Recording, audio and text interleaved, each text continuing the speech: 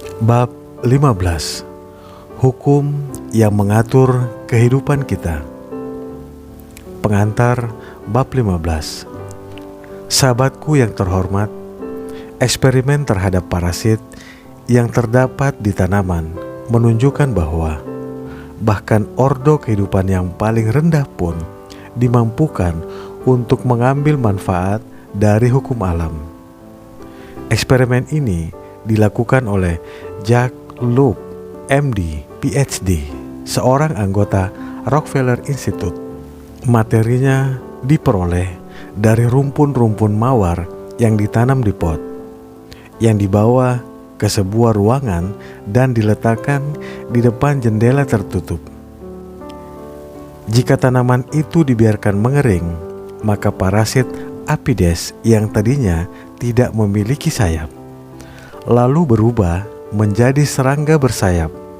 Setelah bermetamorfosis, binatang itu pun meninggalkan tanaman, terbang ke jendela, dan kemudian merayap naik ke kacanya. Jelas bahwa serangga kecil ini mendapati tanaman yang menghidupi mereka telah mati, sehingga mereka tidak bisa makan dan minum dari sumber ini. Metode satu-satunya yang bisa mereka gunakan untuk menyelamatkan diri dari mati kelaparan adalah menumbuhkan sayap sementara dan kemudian terbang, dan hal itulah yang mereka lakukan. Eksperimen-eksperimen seperti ini menunjukkan bahwa yang maha berilmu dan yang maha kuasa memang maha ada, dan benda hidup yang terkecil sekalipun dalam keadaan darurat bisa mengambil kebaikan darinya. Pelajaran 15 akan lebih banyak menjelaskan tentang hukum yang mengatur kehidupan kita. Di sini akan dijelaskan bahwa hukum-hukum ini bekerja untuk keuntungan kita, bahwa semua kondisi dan pengalaman yang datang pada kita itu demi manfaat kita, bahwa kita memperoleh kekuatan sebanding dengan usaha yang dikerahkan, dan bahwa kebahagiaan yang terbaik bisa diperoleh bila kita bekerja sama secara sadar dengan hukum-hukum alam. Materi bab 15. 1. Hukum-hukum yang mengatur kehidupan kita dirancang semata-mata untuk keuntungan kita. Hukum-hukum ini bersifat kekal dan kita tidak bisa melepaskan diri darinya.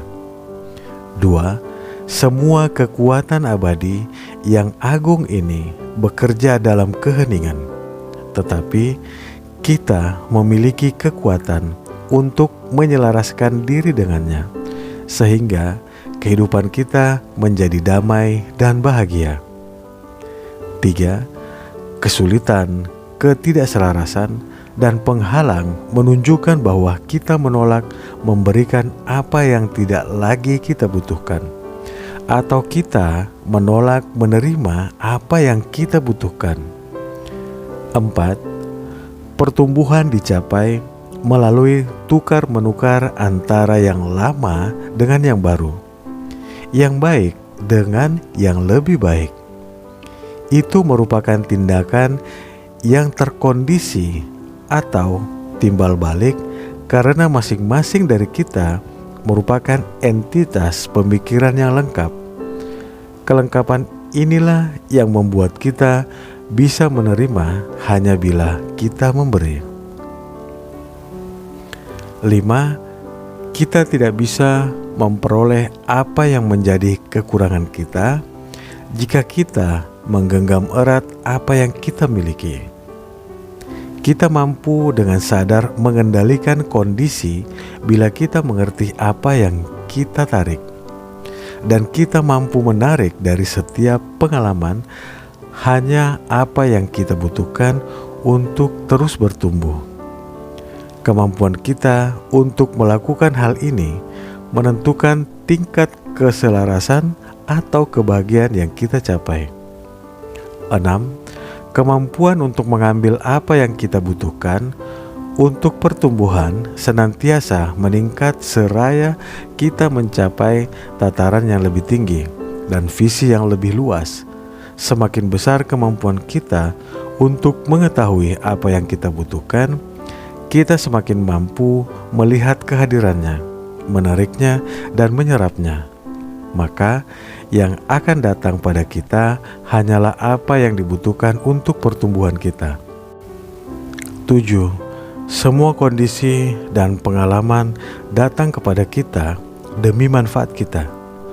Kesulitan dan penghalang akan terus datang sampai kita menyerap kearifan dan mengumpulkan darinya esensi pertumbuhan yang lebih lanjut.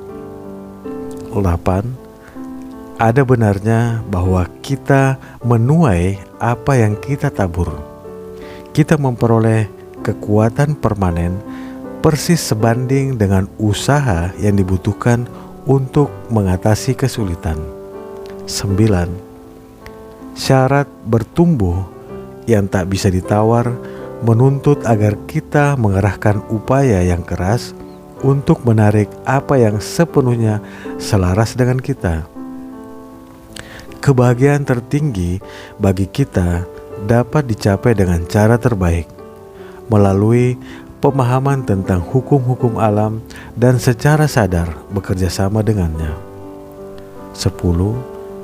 Pikiran bersifat kreatif, sedangkan prinsip yang mendasari hukum ini bersifat logis dan hakiki dalam segala hal.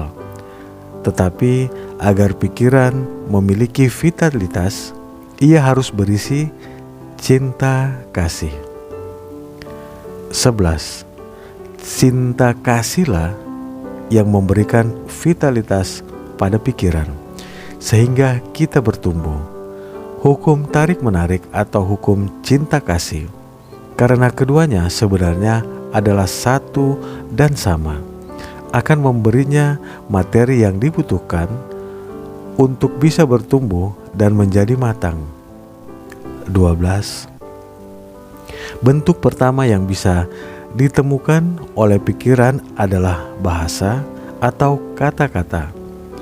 Inilah sebabnya kata-kata itu sangat penting, karena merupakan manifestasi pertama dari pikiran.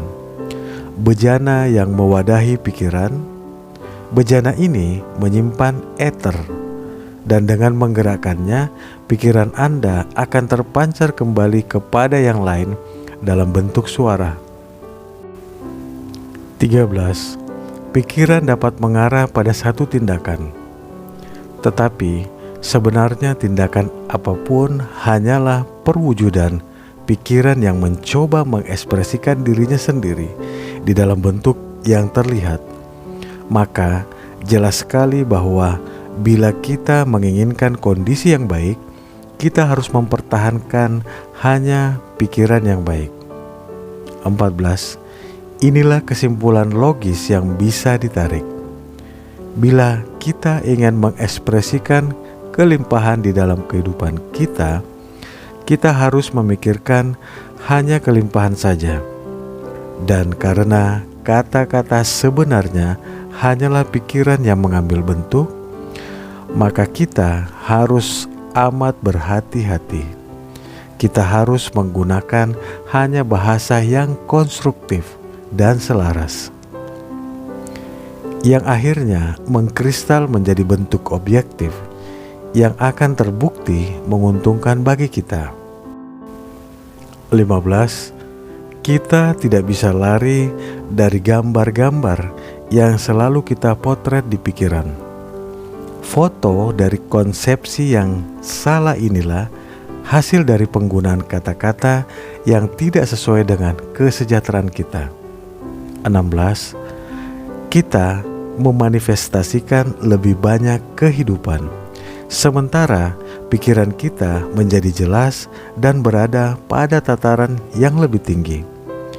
Kita memperoleh fasilitas yang lebih besar bila kita menggunakan gambar-gambar yang didefinisikan dengan jelas.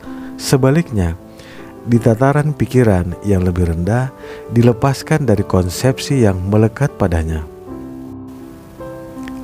17.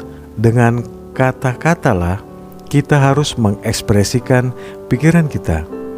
Jika kita ingin menggunakan bentuk kebenaran yang lebih tinggi, kita harus menggunakan hanya materi pilihan yang secara cermat dan cerdas dipilih sesuai tujuan yang diinginkan. 18.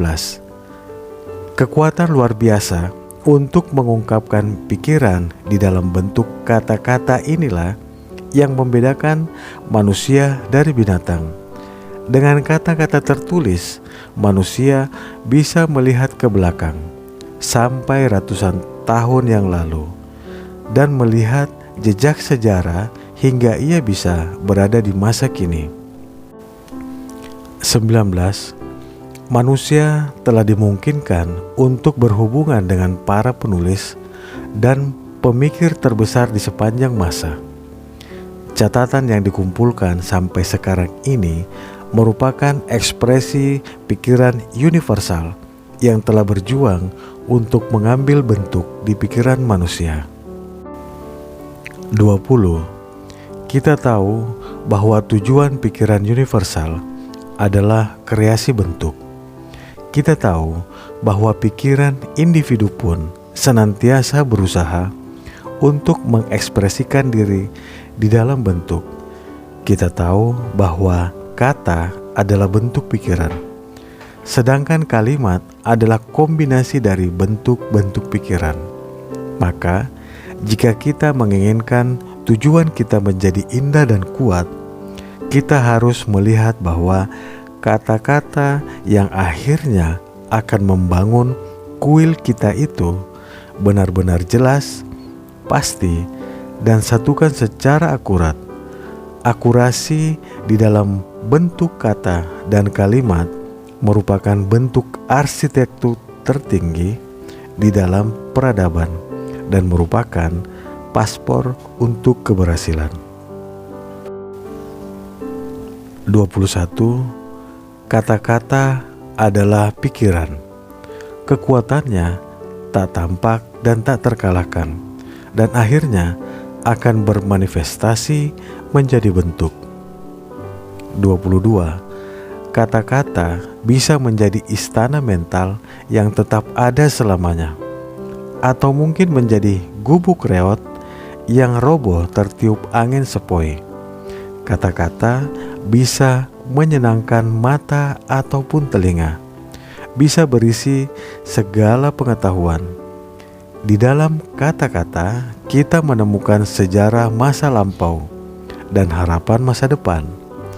Kata-kata adalah pesuruh yang hidup. Darinya terlahir setiap aktivitas manusia dan manusia super. 23. Keindahan kata terkandung di dalam keindahan pikiran. Kekuatan kata terkandung di dalam kekuatan pikiran. Kekuatan pikiran terkandung di dalam vitalitasnya. Bagaimana kita mengenali pikiran yang vital? Apa karakteristik pembedanya?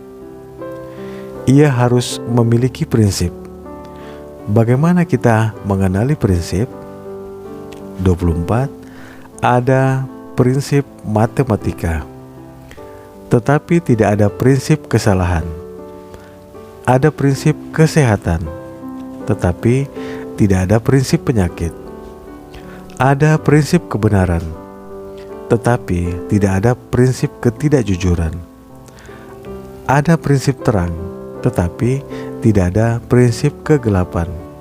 Ada prinsip kelimpahan, tetapi tidak ada prinsip kemiskinan. 25. Bagaimana kita tahu bahwa hal ini benar? Karena jika kita menerapkan prinsip matematika dengan benar, hasilnya bisa kita pastikan. Di mana ada kesehatan, di sana tidak akan ada penyakit.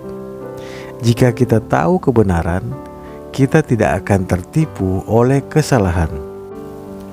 Jika kita membiarkan sinar bercahaya, tidak akan ada kegelapan. Dan di mana ada kelimpahan, tidak akan ada kemiskinan. 26. Semua itu merupakan fakta yang sudah jelas. Tetapi kebenaran yang paling penting adalah bahwa suatu pikiran yang berisi prinsip bersifat vital. Ia berisi kehidupan, sehingga kemudian berakar secara perlahan tapi pasti.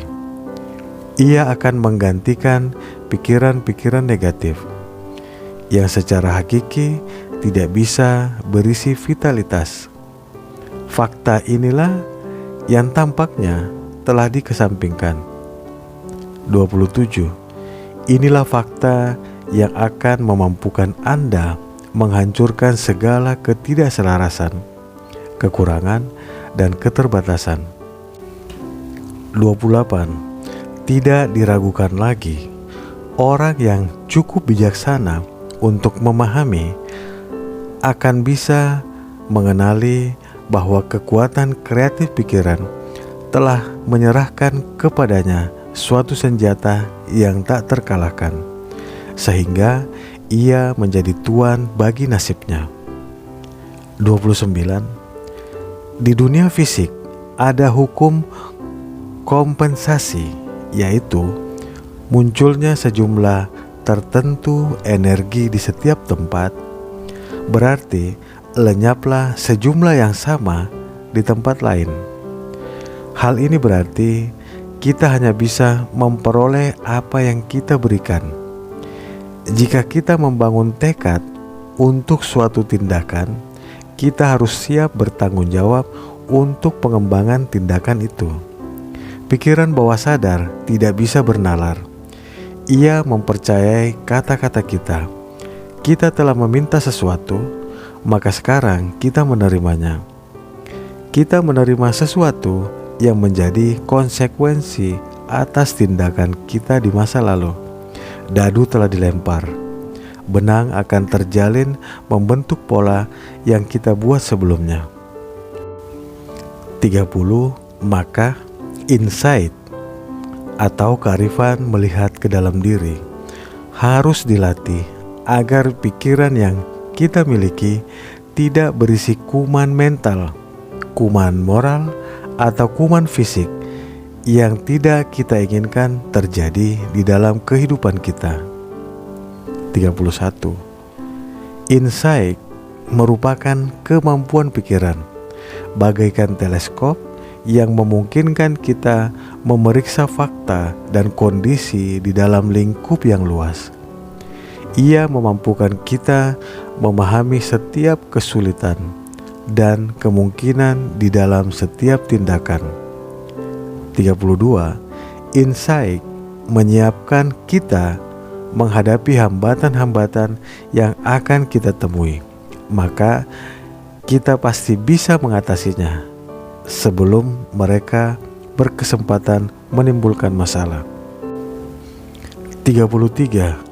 Insight memampukan kita membangun rencana-rencana yang menguntungkan. Kita dimampukan untuk mengubah pikiran dan perhatian kita ke arah yang benar, alih-alih masuk ke jalur-jalur yang memberikan hasil yang tak ada gunanya. 34. Insight sangat penting untuk pengembangan prestasi yang benar. Dengannya, kita bisa masuk, menjelajahi, dan memiliki bidang mental apapun. 35. Insight merupakan produk dunia dalam diri dan dikembangkan di dalam keheningan dengan konsentrasi. 36. Untuk latihan Anda minggu ini, berkonsentrasilah pada insight atau kearifan melihat ke dalam diri. Ambil posisi yang sudah Anda lakukan sebelumnya dan fokuskan pikiran pada fakta bahwa memiliki pengetahuan tentang kreatif pikiran tidak berarti memiliki seni berpikir. Biarkan pikiran merenungkan fakta bahwa pengetahuan tidak menerapkan dirinya sendiri. Tindakan kita tidak diatur oleh pengetahuan, melainkan oleh tradisi, preseden, atau berbagai hal yang sebelumnya telah dilakukan. Dan kebiasaan satu-satunya cara agar kita bisa menerapkan pengetahuan adalah dengan usaha yang sungguh-sungguh. Ingatkan pikiran tentang fakta bahwa pengetahuan yang tidak terpakai akan keluar dari pikiran, bahwa nilai informasi yang ada di dalam penerapan prinsip. Teruslah berada di jalur pemikiran ini sampai Anda memperoleh insight untuk merumuskan suatu program tertentu yang bisa menerapkan prinsip ini ke persoalan khusus Anda. Kita ulangi latihan bab 15, hukum yang mengatur kehidupan kita. Berkonsentrasilah pada insight. Ambil posisi yang sama sebelumnya dan fokuskan pikiran pada fakta bahwa memiliki pengetahuan tentang kekuatan kreatif pikiran tidak berarti memiliki seni berpikir. Biarkan pikiran merenungkan fakta bahwa pengetahuan tidak menerapkan dirinya sendiri. Tindakan kita tidak diatur oleh pengetahuan, melainkan oleh tradisi, preseden, atau kebiasaan. Satu-satunya cara agar kita bisa menerapkan pengetahuan adalah dengan usaha yang sungguh-sungguh. Ingatkan pikiran tentang fakta bahwa pengetahuan yang tidak terpakai akan keluar dari pikiran, bahwa nilai informasi ada di dalam penerapan prinsip. Teruslah berada di jalur pemikiran ini sampai Anda memperoleh insight untuk merumuskan suatu program tertentu yang bisa menerapkan prinsip ini ke persoalan khusus Anda. Tanya jawab bab 15. 1. Apa yang menentukan tingkat harmoni yang kita capai? Kemampuan kita untuk menyediakan apa yang kita butuhkan agar bertumbuh dari setiap pengalaman. 2. Kesulitan dan halangan itu menunjukkan apa? Kesulitan dan halangan itu diperlukan untuk kearifan dan pertumbuhan spiritual kita. 3. Bagaimana kesulitan-kesulitan dihindari?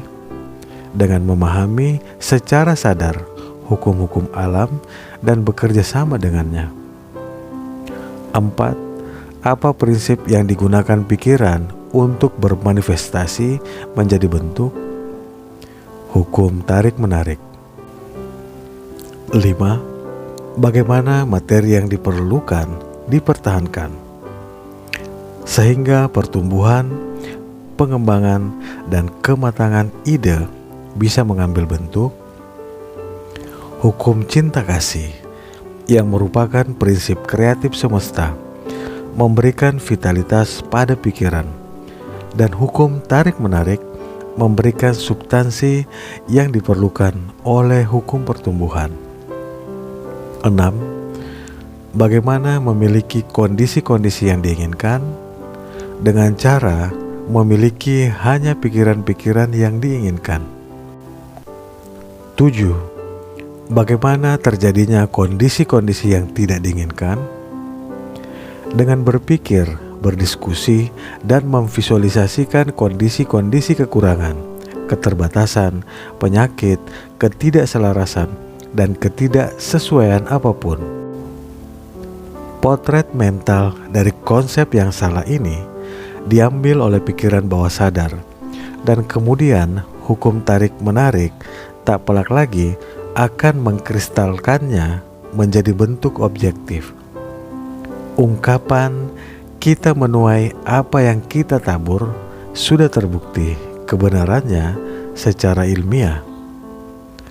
8. Bagaimana kita bisa mengatasi berbagai jenis ketakutan, keterbatasan, kemiskinan, dan ketidakselarasan? Kesalahan harus diganti oleh prinsip. 9. Bagaimana kita bisa mengenali prinsip? Dengan memahami betul fakta bahwa kebenaran pasti menghancurkan kesalahan. Kita tidak harus bersusah payah mengusir kegelapan. Yang diperlukan hanyalah menyalakan lampu. Prinsip yang sama berlaku juga untuk setiap bentuk pikiran negatif. 10. Apa nilai dari insight?